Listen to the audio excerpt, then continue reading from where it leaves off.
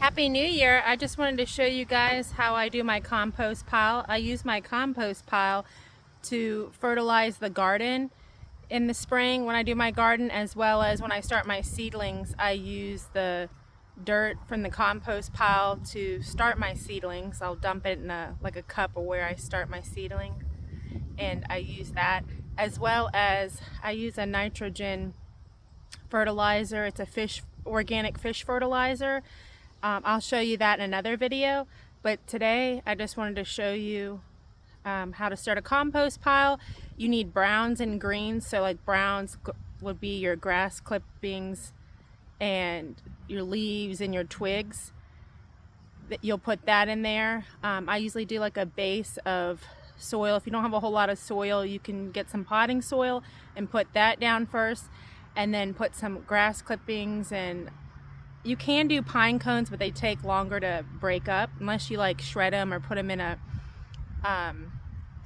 wood chipper. Then I wouldn't just put whole pine cones down. Also the grass clippings, leaves, and then you can put your stuff from the kitchen. Like I have potato peels, eggshells, carrots, old lettuce that the chickens didn't eat, and you'll dump that on your compost, and then you'll just continuously, and you need to make sure you keep it wet. So I have my watering can, so once or twice a week make sure it's wet if you didn't have a rain. Also once or twice a week you need to rake it up, you turn the pile over, and then add some more of your browns, your leaves, and your twigs and stuff like that. As well as if you have a bonfire, which I have some on here, some ash, you can get the ash from your bonfire and dump that on there as well. That's really good for your compost. And we also have, if you can see behind me, we have tons of chicken poop and stuff like that from cleaning out the chicken coop. So we dump that on the garden as well, or the compost, and that helps give a lot of nitrogen. So I'm going to start showing you how I do it. So let's go over to the compost pile.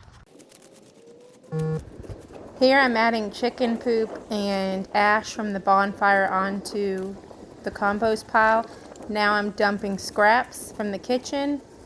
And then you make sure that you put water on the compost because it needs to stay wet. So once a week put water on your compost unless it rains. And then you want to rake the pile up at least once a week and turn the stuff over, because the compost needs oxygen, and when you rake it up you help it get oxygen to help it break it down.